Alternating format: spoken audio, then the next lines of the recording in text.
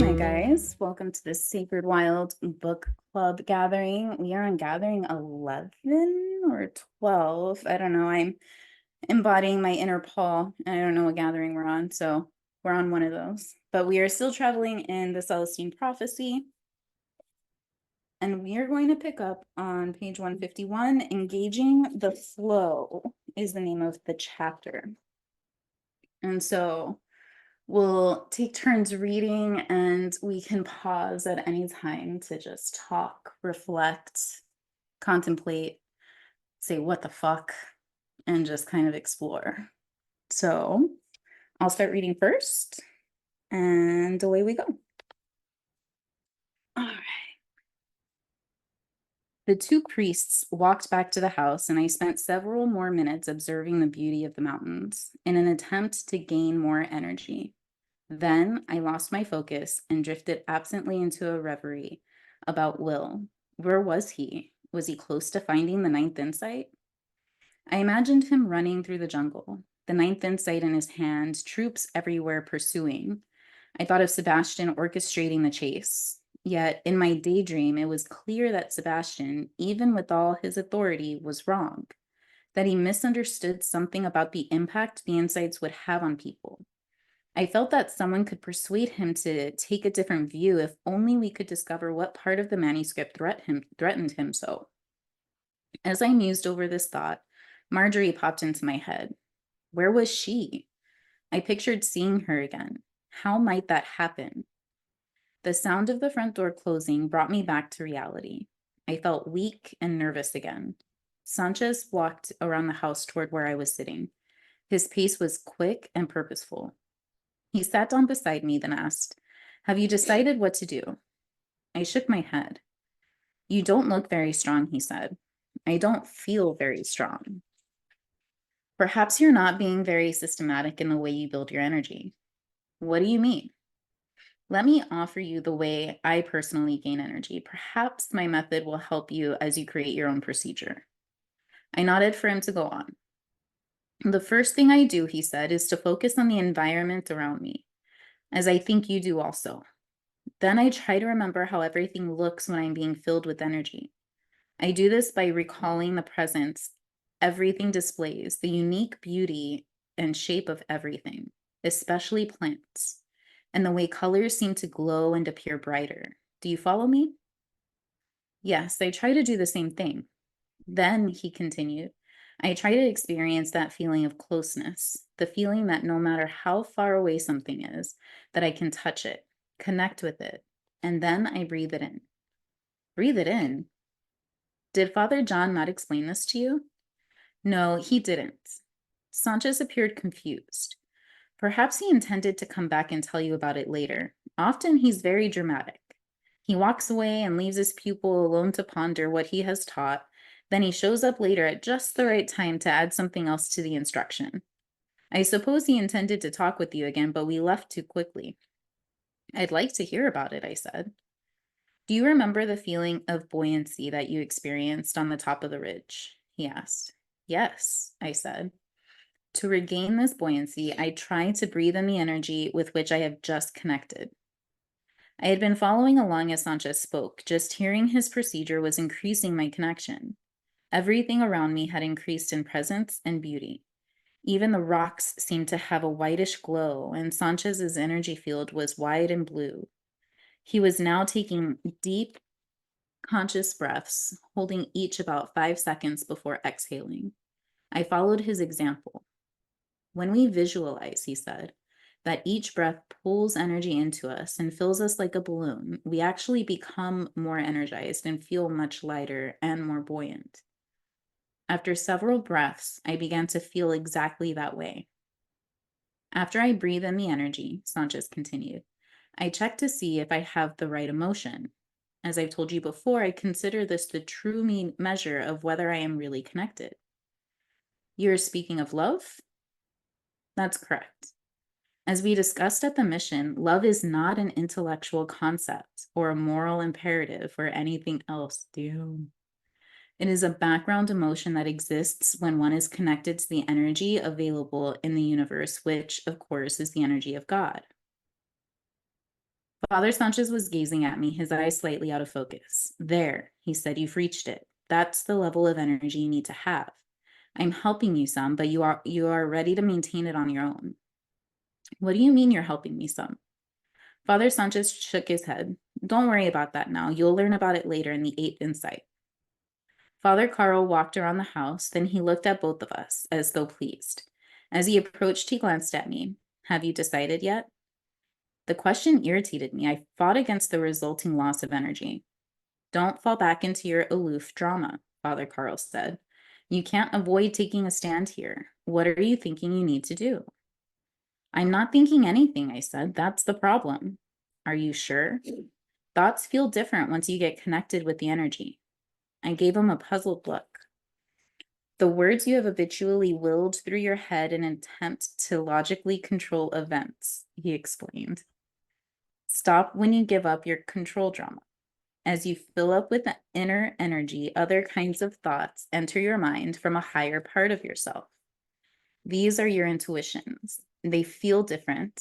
They just appear in the back of your mind, sometimes in a kind of daydream or mini vision, and they come to direct you, to guide you. What?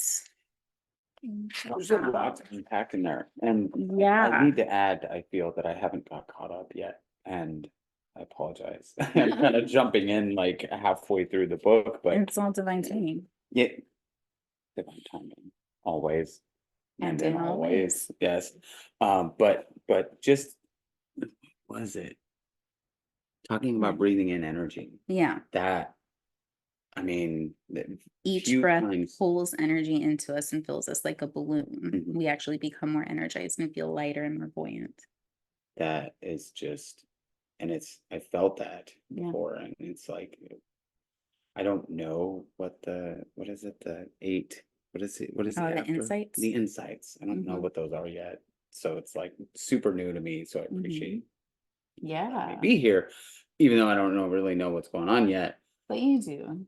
Right? And that's the Mhm. thing. I don't know what's going on, but I totally know what's going on because I'm Yeah. like, oh, I've totally just been like in that place where you breathe in and Yeah. it's like, anyway, sorry.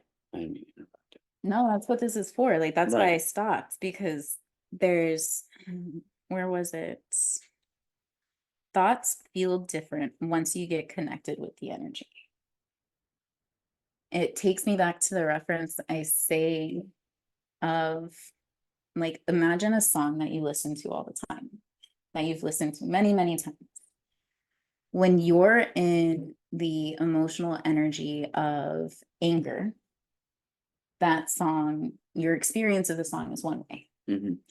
If you're in the energetic experience of grief, the song takes on a whole different meaning. Mhm. When you're in the energetic experience of love, Mhm.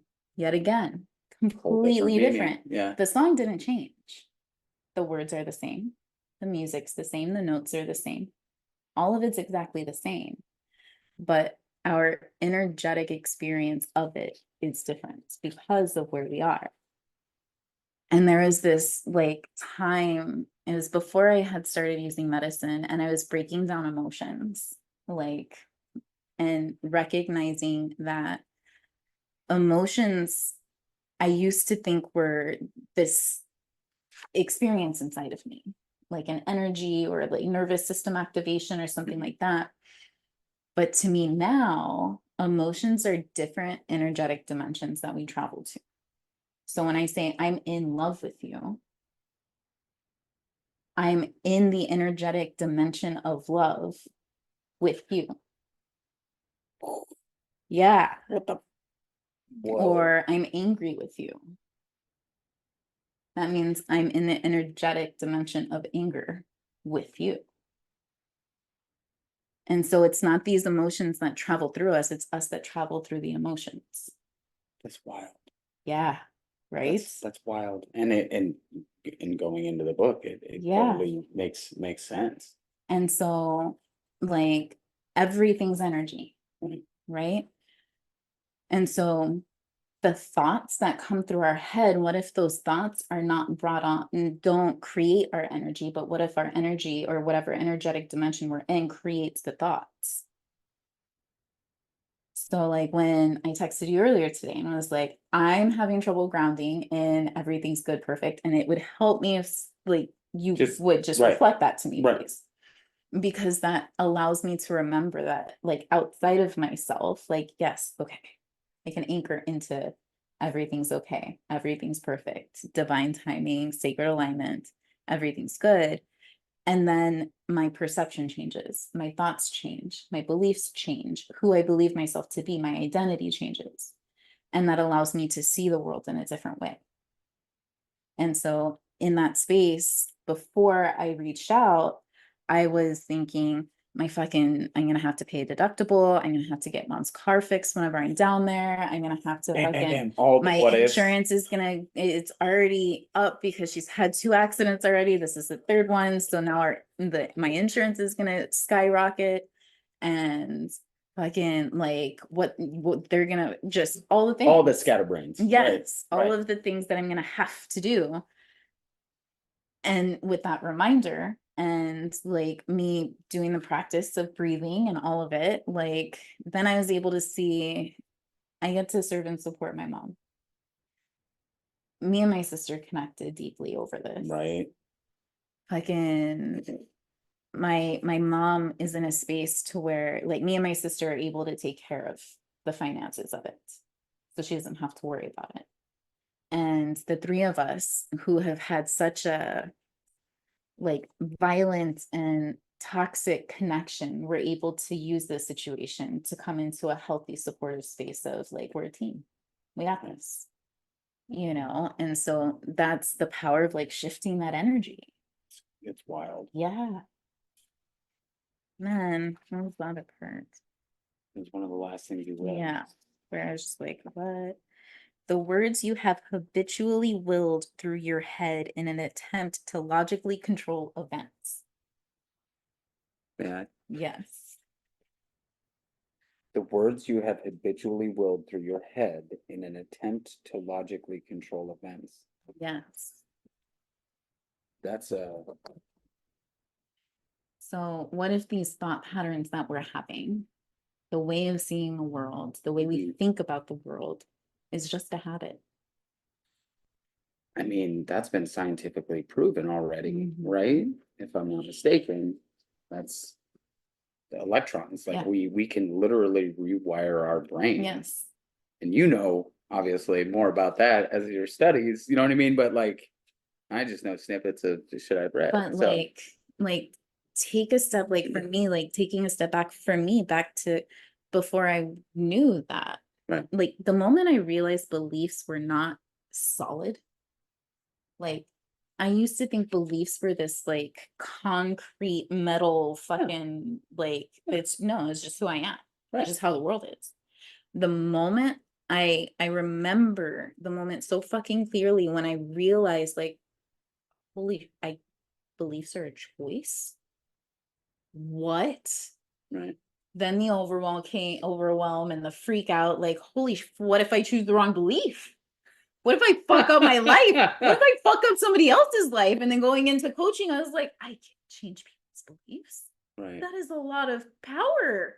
What? You know, and so like because when we're confronted, Go ahead. I can. Sorry.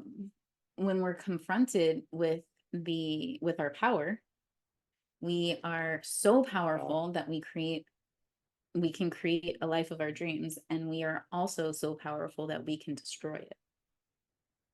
It's a lot to take in It is. because power That's a lot for me. is not conditional. Right. Yeah. It can go both ways. Either way, Good, bad. every I mean, way. it's just like Yeah. witchcraft. I mean, Mhm. you can use it for good or you can use it for bad. Oh It's yes. just like intention, you know. And yeah, like this is the power of affirmation. Affirmation, that's what I was looking for. That is the power of affirmation because you're training your brain into thinking, habitually thinking different thoughts. And so it can sound all woo woo, it can sound all like whatever you want to call it. But what we're doing is repetition. What do we do to train our body? Mm, right. Yeah. Right. And so it's the same concept as training our brain. Because it's just a giant muscle, right? Yeah. And so if we train our brain by saying these affirmations over and over and over, it's going to happen. And this is also why diets don't work, Right. because you it's temporary. But also it's not about how long, like doing a practice every day is more profound and more impactful if it's 5 minutes every day than if it's an hour every 2 days. It's the consistency and the repetition. Discipline. Yeah. Yeah. Yeah. I know, right? Where were you? I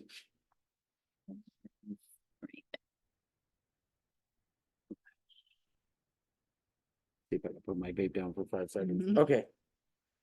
I still didn't understand. Tell us what you were thinking about when we left you alone earlier, Father Carl said. I'm not sure I remember it all at all, I said. Try. I tried to concentrate. I was thinking about Will, I guess, about whether he was close to finding the ninth insight, about Sebastian's crusade against the manuscript. What else?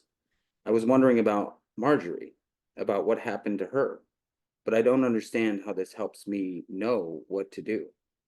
Let me explain, Father Sanchez said. When you have acquired enough energy, you are ready to consciously engage evolution, to start it flowing, to produce the coincidences that will lead you forward. You engage your evolution in a very specific way. First, as I said, you build sufficient energy. Then you remember your basic life question, the one your parents gave you, because this question provides the overall context for your evolution. Next, you center yourself on your path by discovering the immediate, smaller questions that currently confront you in life. These questions always pertain to your larger question and define where you currently are in your lifelong quest. Once you become conscious of the questions, active in the moment, you always get some kind of intuitive direction of what to do, of where to go. You get a hunch about the next step, always. The only time this will not occur is when you have the wrong question in mind. Jeez, so much to unpack here. Okay. Okay, hold on. Can we just pause for a minute? Yes. When you engage your evolution, like evolution is a fucking skill. Right? How? Like How do you do this? they I just mean, they told just you. told you. I know, but I'm just like, Like, it's like I'm gonna need a notepad, like for yeah. real. When you engage your evolution, like that tapping into your orgasm, your radical aliveness, your life force, your chi, your prana, your whatever the fuck you want to call it. But like that's what you're doing. You're tapping into your evolution. You're engaging your evolution. When we let go of the control, right? When we let go of the control drama, we allow evolution to exist and take place. And all that looks like is allowing yourself to see and be intuitively guided, instinctually guided to our next step. I like that because and if it's wrong, then you're asking, if it feels wrong, you're asking the wrong question. Yes. And holy fuck, have I not? Like, Right? okay, Yeah. regain composure. So, Why? because otherwise I'll be all "Brr, brr," and I don't know what to say. So anyway, when you have acquired enough energy, you're ready to consciously engage evolution, start it flowing to produce the coincidences that will lead you forward. Mm-hmm. That it Mm-hmm. sufficient energy, you build sufficient energy. You remember your basic life question. The one I don't, and I remember reading this in the previous chapter a little bit, from this little bit that I've been here, the one your parents gave you. Yes. So That is what it says, is that your us as the children of our parents are here to bring together the two separate intentions or missions that our parents had. And the way they described it was, and it makes sense, especially just in the generations as they come, like my mom, for instance. If I were to guess what my mom's purpose is here on earth, like what her goal would have been, was for liberation, embodiment, and empowering women. Only she wasn't able to get to the other side of the control drama, of the trauma, of the wound, whatever. Right. And so, ta-da, here's Jen. Like, let's make the sacred wild. Let's The practice energy. liberation. Let's fucking, what is embodiment? Like being able to bam, bam, bam. This is what embodiment is. And fucking empowering people to do the same. Like, I am not your healer. I am here to hold space for you to heal yourself. Right. And yeah. Like, because I don't fucking know how to heal you. No, I know. I I know. I'm still figuring out how to heal myself. Like, Right. that's the piece. And you're gonna edit this, right? Nope. And continue. So like, and so yeah. Now I don't know my dad. I don't know what his purpose is, but I can take a guess by knowing the other parts of myself. And that's to make it understandable instead of just the free flowing and the here, this is here I am woman, hear me roar. And here's how we get there. And here's what this means. And here's what this can look like for you. the drive for you, just an outsider's perspective, the drive to know, Yeah. the drive to learn. And the reason for that is so I can help people. Because people don't understand. Like, if I were to just like speak my brain without like the editing that happens sometimes, it wouldn't be understandable, right? Because it's just like different words and jumping all over the place and it doesn't even fucking make sense. But with the practice that I've had of like the reading and the research and the study, it's given me a lot of words to choose from. And so then I can make car references or exercising references, or I can make computer references, or I can make references to like getting hair done or nails done, or I can make references like to be able to speak to people in a way they can understand. An analogy. Yeah. For me. Yeah. And so like that's that piece of connection. So how do we get this liberation, embodiment, and empowerment and couple that with connection? Like, so that is the question that my parents gave me. Okay.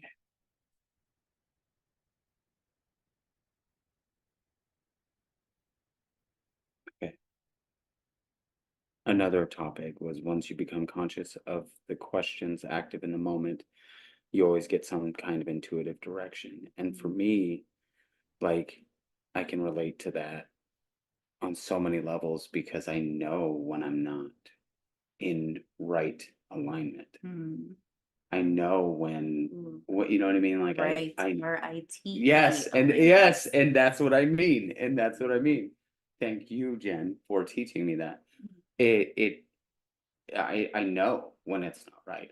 My gut knows when I'm making a false step, when I'm going the wrong direction. Mhm. And it's crazy to think like it's not crazy. It's new Yeah. for me. It's not crazy. It's new for me to be aware of that, but also like, okay, let's take this energy, let's put it out there and let's follow. Yeah.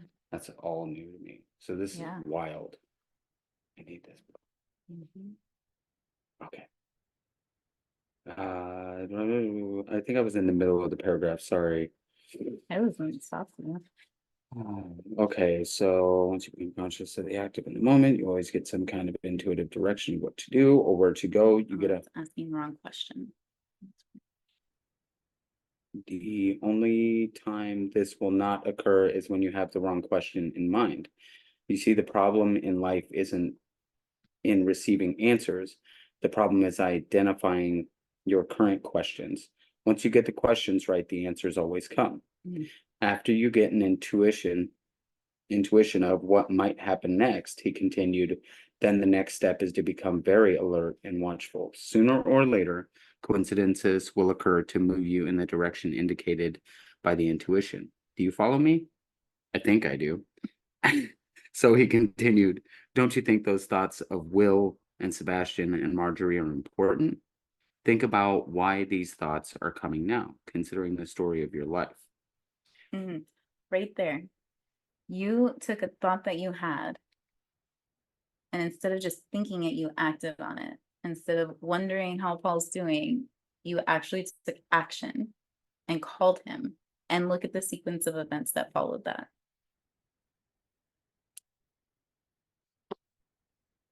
And it has felt and flowed Yeah. perfectly, as Uh, it should, yep. following my intuition, Mm-hmm. leading me to All of the page things. 154 of Celestine Prophecy in a book I'd never even heard of.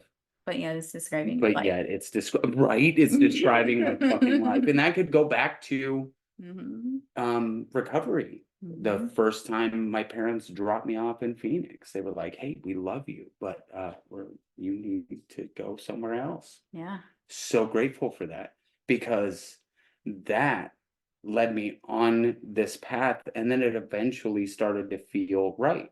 But I always knew when it didn't feel right. Yeah.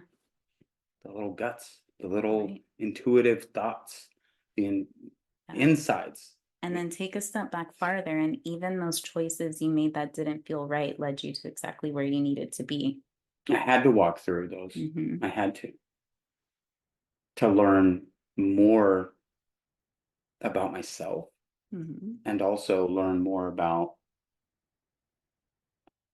the right path to take. Yeah.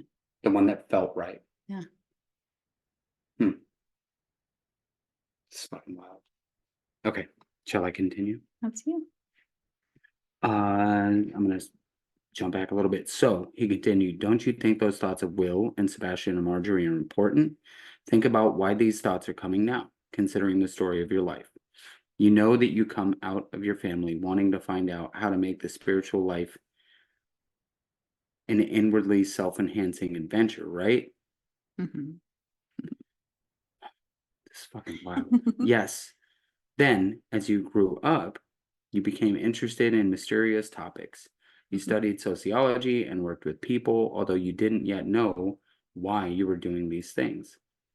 Then, as you began to wake up, you heard about the manuscript and came to Peru and found the insights one by one. And each has taught you something about the kind of spirituality you seek.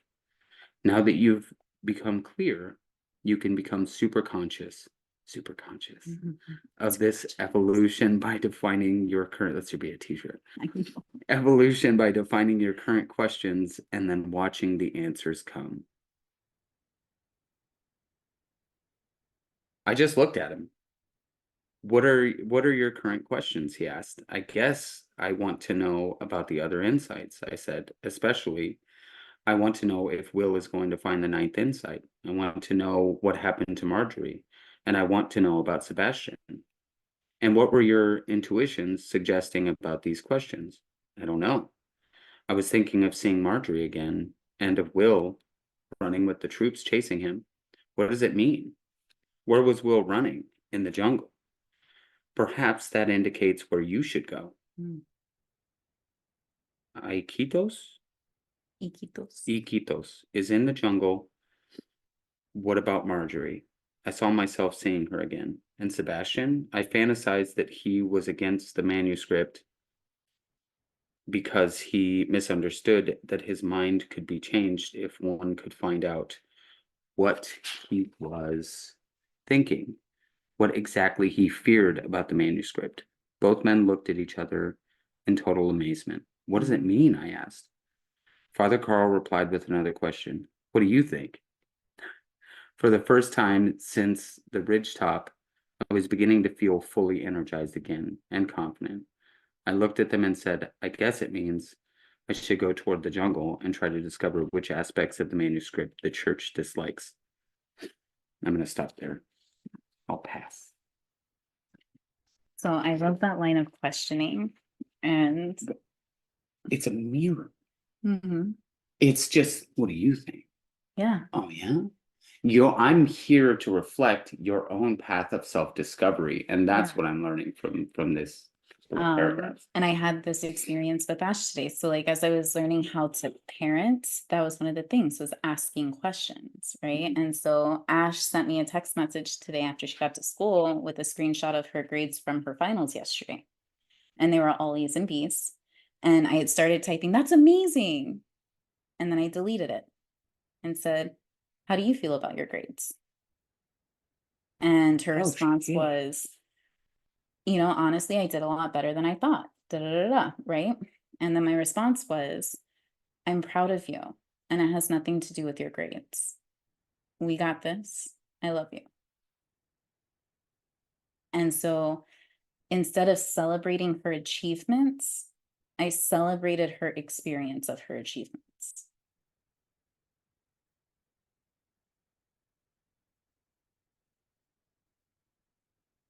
That's fucking amazing. Right. And it's just asking questions. Mm. We worry so much about how can I hold space? How can I show up? How can I do all the things? Just ask questions. Just ask questions. I didn't know this was a parenting class also, but okay, And it's I'll life. take it. I Parenting know, I is know, life. I know, I know. Um, Fuck. I keep forgetting this fucking camera. I'm sorry. wow. Well, This is the secret wild. There's no fucking rules. I You get know to there's no be. rules. There's no rules. It's just, it throws me for a loop. I'm like, Uh, welcome to the sacred wild. thank you. Yeah. Thank you. All right. Mm, I don't remember where we stopped, but Oh, I'm I gonna stopped go. Father Carl. Okay. Father Carl replied with another question. What do you think? For the first time since the ridge top, I was beginning to feel fully energized again and confident. I looked at them and said, "I guess it means I should go toward the jungle and try to discover which aspects of the manuscript the church dislikes." Father Carl smiled. "Exactly. You can take my truck." Ha! I nodded and we walked around to the front of the house where the vehicles were parked. My things, along with the supply of food and water, were already packed in Father Carl's truck. Father Sanchez's vehicle was also packed. "I want to tell you this," Sanchez said. "Remember to stop as often as necessary to reconnect your energy. Stay full, stay in a state of love. Remember that once you achieve this state of love, nothing nor anyone can pull more energy from you than you can replace. In fact, the energy flowing out of you creates a current that pulls energy into you at the same rate. You can never run out, but you must stay conscious of this process in order for it to work. This is especially important when you interact with people." Mm. He paused. Simultaneously, as if on cue, Father Carl walked closer and said, "You have read all but two insights, the seventh and eighth. Seven deals with the process of consciously evolving yourself, of staying alert to every coincidence, every answer the universe provides for you." He handed me a small folder. "This is the seventh. It is very short and general," he continued, "but it talks about the way objects jump out at us, the way certain thoughts come as guidance. As for the eighth, you will find it yourself when the time is right. It explains how we can aid others as they bring us the answers we seek. And further, it describes a whole new ethic governing the way humans should treat each other in order to facilitate everyone's evolution." "Why can't you give me the eighth insight now?" I asked. Father Carl smiled and put his hand on my shoulder. "Because we don't feel we should. We must follow our intuitions also. You will get the eighth insight as soon as you ask the right question." I told him I understood. Then both priests hugged me and wished me well. Father Carl stressed that we would soon meet again and that I would indeed find the answers I was here to receive. We were all about to board our respective vehicles when Sanchez turned suddenly and faced me. "I have an intuition to tell you something. You will learn more about it later. Let your perception of beauty and iridescence lead your way. Places and people who have answers for you will appear more luminous and attractive." I nodded and climbed into Father Carl's truck. then followed them down the rocky road for several miles until we came to a fork. Sanchez waved out the back window as he and Father Carl headed east. I watched them for a moment, then turned the old truck north toward the Amazon basin. So,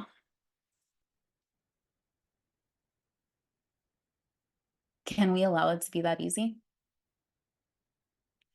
The things that are attractive to us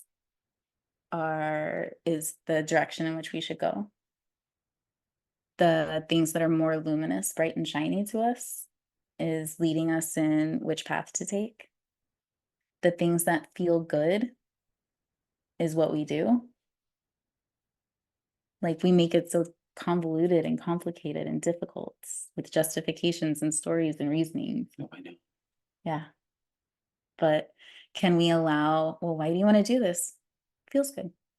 Feels right. Yeah. That's it. No more stories. Full fuck yes. Well, fuck yes. Yeah.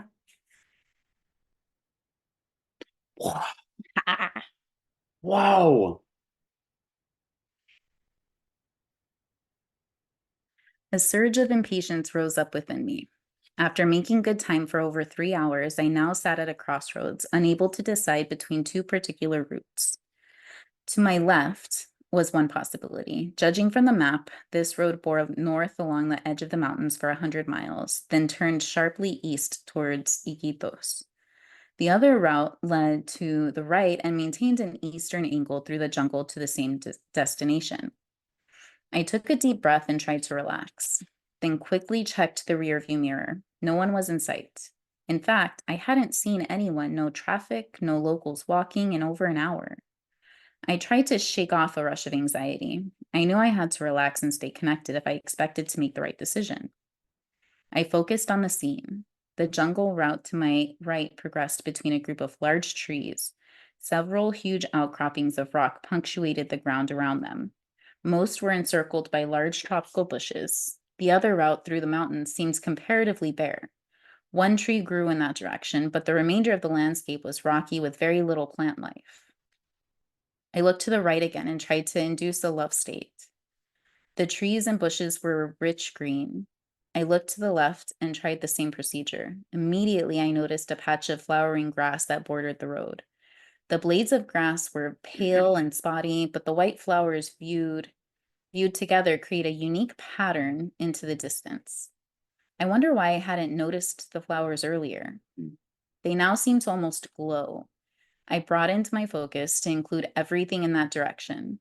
The small rocks and brown patches of gravel seemed extraordinarily colorful and distinct. Hues of amber and violet and even dark red ran through the entire scene. I glanced back to the right of the trees and bushes. Although beautiful, they now paled in comparison to the other route. But how could that be? I thought. Initially, the road to the right seemed more attractive. Glancing back to the left, my intuition strengthened. The richness of shape and color amazed me. I was convinced. I started the truck and headed to the left, sure of the correctness of my decision. The road was bumpy with rocks and ruts. As I bounced along, my body felt lighter. My weight was centered in the buttocks, and my back and neck were straight. My arms were holding the steering wheel, but not resting on it. For 2 hours, I drove without incident, nibbling from the food basket Father Carl had packed and seeing, again, no one. The road meandered up and down, one small foothill after another. At the top of one hill, I observed two older cars parked to my right. They were pulled off far to the side of the road in a stand of small trees. I could see no occupants and assumed the vehicles were abandoned. Ahead, the road turned sharply to the left and circled downward into a wide valley. From the peak, I could see for several miles. I stopped the truck abruptly. Halfway across the valley, 3 or 4 military vehicles sat along both sides of the road. A small group of soldiers stood among the trucks. A chill ran through me. That was a roadblock. I backed off the crest and pulled my vehicle behind two large rocks, then got out and walked back to the overlook to again observe the activity of the valley. One vehicle was driving away in the opposite direction. Suddenly, I heard something behind me. I turned around quickly. It was Phil, the ecologist I had met at Vicente. He was equally shocked. "What are you doing here?" he asked as he rushed up to me. I'm trying to get to Iquitos, I said. His face was filled with anxiety. So are we, but the government's getting crazy over this manuscript. We're trying to decide whether to risk passing through that roadblock. There are four of us. He nodded to his left. I could see several men through the trees. Why are you going to Iquitos? He asked.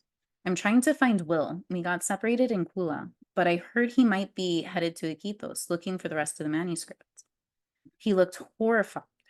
He shouldn't be doing that. The military has prohibited anyone having copies. Didn't you hear what occurred at Vicente? Yeah, some, but what did you hear? I wasn't there, but I understand the authorities rushed in and arrested everyone who had copies. All the guests were detained for questioning. Dale and the other scientists were taken away. No one knows what happened to them. Do you know why the government is so disturbed about this manuscript? I asked. No, but when I heard how unsafe it was getting, I decided to return to Iquitos for my research data and then to leave the country myself.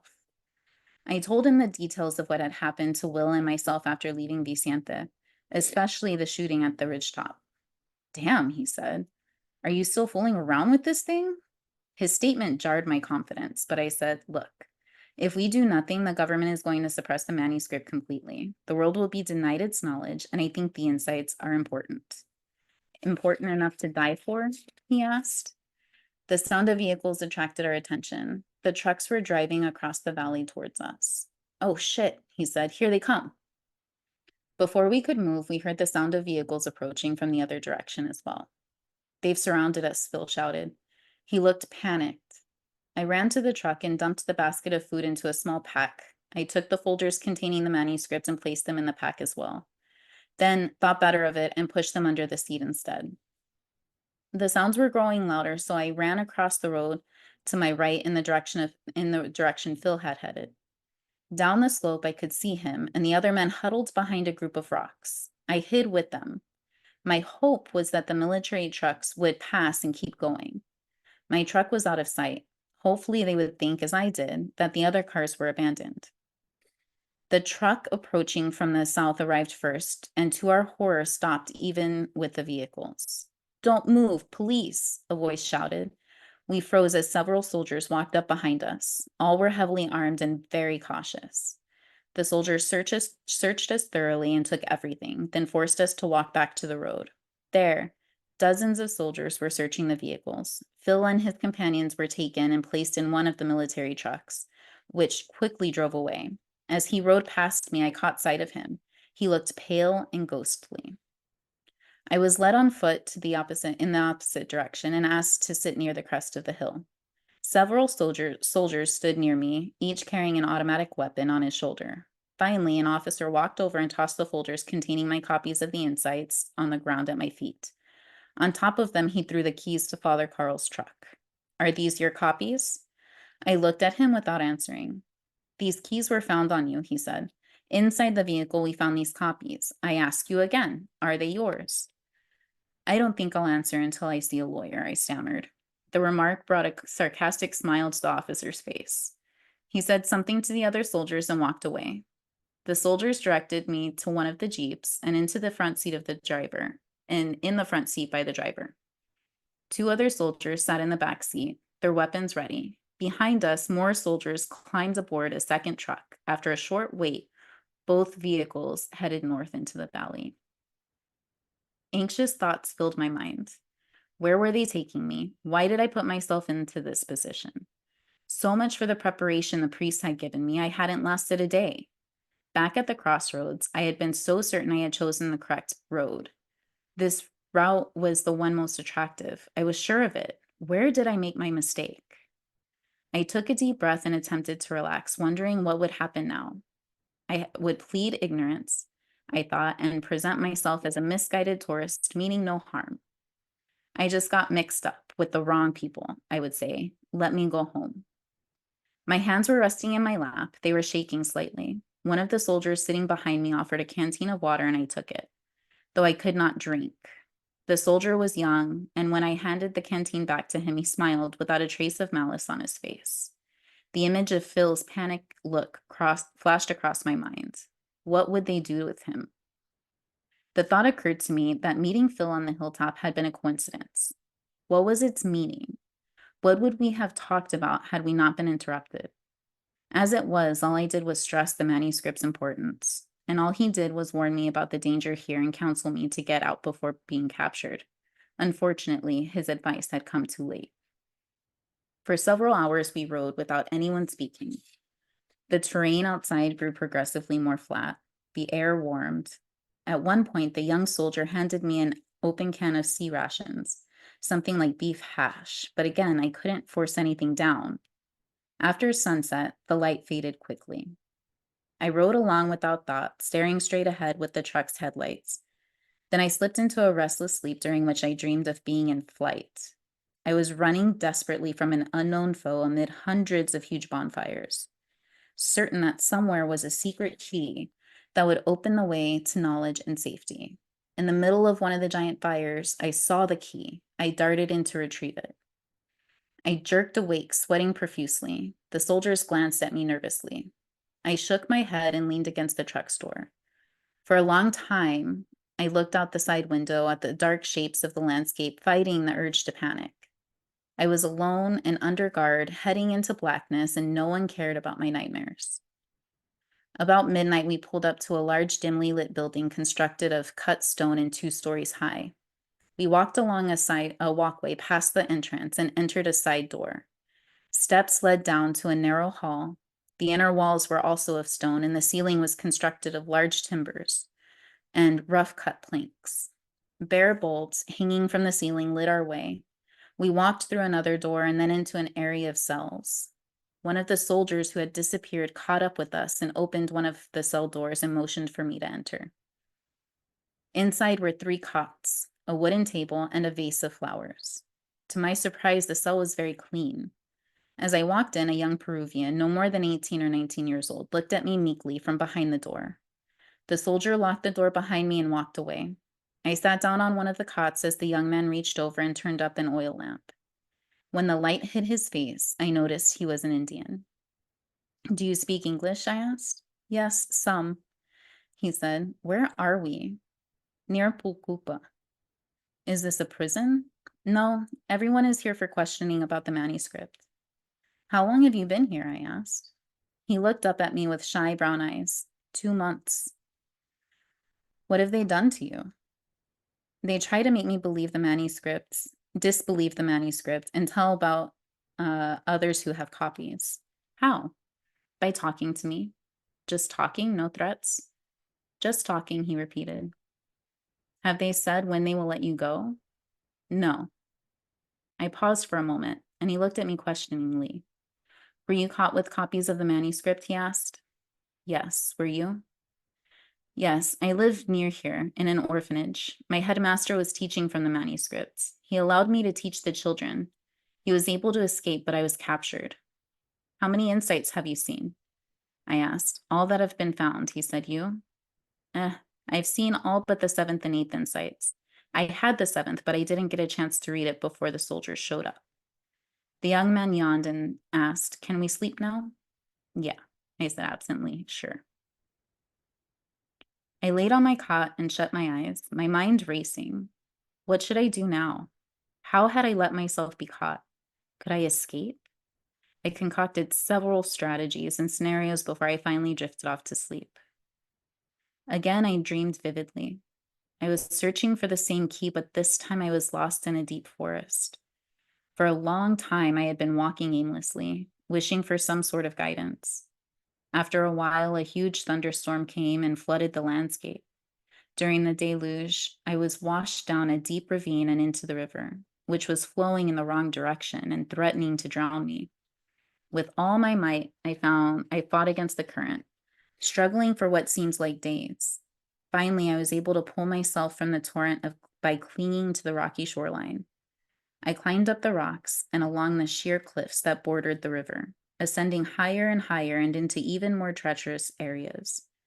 Although I had summoned all my willpower and expertise to negotiate the cliffs, at one point I found myself clinging perilously to the rock face, unable to proceed any further. I looked down at the terrain below me in shock. I realized that the river I had been fighting flowed out of the forest and gently up to a beautiful beach and meadow. in the meadow surrounded by flowers was the key. Then I slipped and fell screaming down and down until I hit the river and sank. I sat up quickly in my cot, gasping for air. The young Indian, apparently already awake, walked over to me. "What is wrong?" he asked. I caught my breath and looked around, realizing where I was. I also noticed that the room had a window and that it was already light outside. "Just a bad dream," I said. He smiled at me as though he was pleased at what I said. "Bad dreams have the most important messages," he commented. "Messages?" I asked, getting up and putting on my shirt. He looked embarrassed at having to explain. "The seventh insight talks of dreams," he said. "What does it say about dreams?" "It tells how to interpret dreams?" "Yes." "What does it say about that?" "It says to compare the story of the dream to the story of your life." I thought for a moment, unsure of what that instruction meant. "What do you mean, compare stories?" The young Indian could barely look me in the eye. "Do you want to interpret your dream?" I nodded and I told him what I had experienced. He listened intently, then said, "Compare parts of the story with your life." I looked at him. "Where do I start?" "At the beginning." "What are you doing at the beginning of the dream?" "I was searching for a key in a forest." "How did you feel?" "Lost." "Compare this situation to your real situation." "Maybe it does relate," I said. "I'm looking for some answers about this manuscript and I'm damn sure feeling lost." "And what else is happening to you in real life?" he asked. "I've been caught," I said. "In spite of everything I tried to do, I've been locked up. All I can hope for now is to talk someone into letting me go home." "You are struggling against being caught?" "Of course." "What happened next in the dream?" "I fought against the current." "Why?" he asked. I began to pick up on where he was headed, because at the time I thought it would drown me. "And if you hadn't fought the water, Mm. it would have carried me to the key." "What are you saying? That if I don't fight against this situation, that I might still get the answers I want?" He looked embarrassed again. "I'm not saying anything. The dream is saying." I thought for a moment. Was this interpretation correct? The young Indian looked up at me, then asked, "If you had to experience the dream again, what would you do differently?" "I wouldn't resist the water. Even though it looked as though it might kill me, I would know better." "What is threatening you now?" "I guess the soldiers being detained." "So what is the message to you?" "You think the message of my dream is to look at this capture positively?" He didn't answer. He only smiled. I was sitting on my cot, leaning back against the wall. The interpretation excited me. If it was accurate, it would mean that I hadn't made a mistake at the crossroads after all, that this was all part of what should be happening. Mm-hmm. I think that's a good place to That's stop. a perfect place to stop. And this whole time, him getting captured, um, him going through all that, the ickiness that he was feeling on the drive over, I was like, this is exactly where you're fucking meant to be, dude. Mhm. You're going through this the whole time. I was like, you chose the right path, Yep. even though it doesn't feel like it, even though you're obviously like concerned and worried and scared and all this stuff. You chose the right path. Wow. And that's the part of like being able to take a pause and to breathe. Right. Because oftentimes when we allow ourselves to step back, we recognize that it's not the path that's wrong, but our perception of it that's not expansive enough to see the alignment. The whole picture. Yeah. And his dream. Fuck. His dream. He was fighting and fighting and fighting. And then if he had just let go, Yeah. he would have ended up on the fucking beach. That is like such an accurate description of like the ending of my relationship with Steve. Like I was fighting and fighting and fighting so hard to make it work, to make it work, to make it work. And then I let go. And then here I am, Right. like living a life beyond my wildest dreams, but beyond anything I could have ever imagined for myself. And it all happens when we let go, when we allow.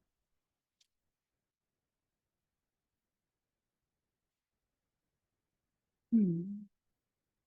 That is a perfect place to fucking stop. Yep. Thank you all for joining us tonight in the space that transcends time and space we call technology. I love you all very much, and we will see you next week. Thank you for letting me be here.